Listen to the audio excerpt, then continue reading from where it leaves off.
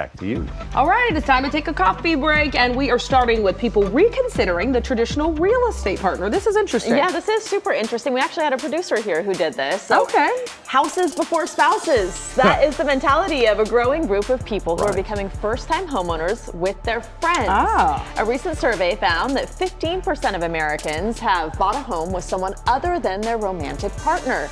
And a quarter of them said they wouldn't have the money to own a home if they didn't co-buy. It's already worked well in some cases. Vice News recently wrote an article about two friends who bought a house together, sold it for a profit, and then used that money to each get a place of their own. Ooh. But experts say if you do this, it's important to decide what will happen with the house in advance of life-changing events like moving or getting married. That's true. That's the one hitch. Like, you know, what happens when somebody's someone's life pregnant, status changes? someone's getting married. What are you gonna do? Welcome the husband into the maybe home. Just do a maybe just do a contract in advance. Yeah, probably. If it's for a profit, I think it works. But I wouldn't want to live with my best friend forever. Well, not forever. Not forever, but know. home prices are so crazy. They are. My friends and I have talked about doing this. Like, what if we got a fourplex and we were the owners of it? That's And a lot of people good decision. who rent have roommates. Right. So they might as well own it, right? I don't think this is crazy, Save some Chris, money, since you don't want to invest. live with us. Yeah. You want to talk about some We beef? would have a fun house. Do you have a beef with me?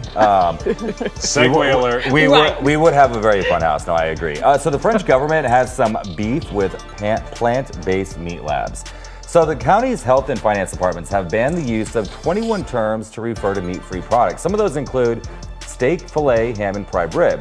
The bans apply to both food producers and smaller establishments like restaurants, and they're not playing around with enforcing this.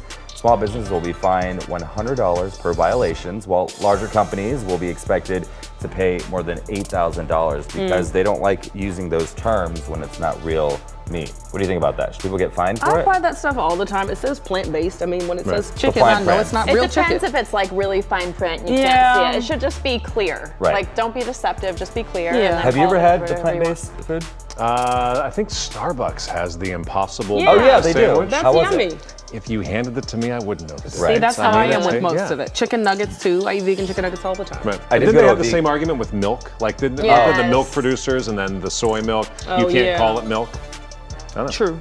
Yes. But to me, a burger is a burger. Like, I prefer the meat. But I've never tried the Impossible, so maybe. Oh, you haven't? Maybe I don't like it. We'll have to trick you, Chris, and get you on our team. Trick okay. me. All right. All right. You That's may why you're not not going to live together. I know, right? We'll be fighting all He's the gonna be time. throwing out all my Right? vegan food. You may not like seeing how many calories are in a dish at a restaurant, but the information could actually save lives, guys. Scientists in England created a data model to analyze the impact of calorie labeling, and they found adding calories to the menus of every single restaurant, fast food joint, and cafe in the UK could prevent 9,000 deaths from heart disease in the next 2 decades. Now, so far, just 250 businesses in the country are required to list calories, but many do it voluntarily. You know, I picked this story because it never deters me when the But calories imagine are what up on that is in menu. the U.S. If that number is so high in the U.K., Yeah. imagine what it is in the U.S. I feel like I know when I'm eating bad. It's like I'm not gonna not get the ice cream because it's 2,000 calories. I knew that when I came. No, but I think it's like the salads. Like you think you're Well, eating those a are whole a trick. salad, Yeah. and it's actually, All that dressing. And it's But- not yeah. just the calories, it's the nutrition. There can be a good high-calorie That's food. true. There can be a bad low-calorie food. I think if you just make a choice based off of calories, even that could be a mistake. Yeah, That's a good that point. is true. I think for people who are health conscious, though, it's nice to have that opportunity. I'll look at it, and depending on where I am in my life, I'll be like, yes or depending no. on what kind of day it is. Yeah. Where I am. Well, you never Am know. I giving up on It's life like, today you know, and I need a treat? Right. Sometimes it's like that. Thank you for sharing, Chris. All right, music can speak to the soul, but there's one way of hearing it that creates a much deeper connection, we're told.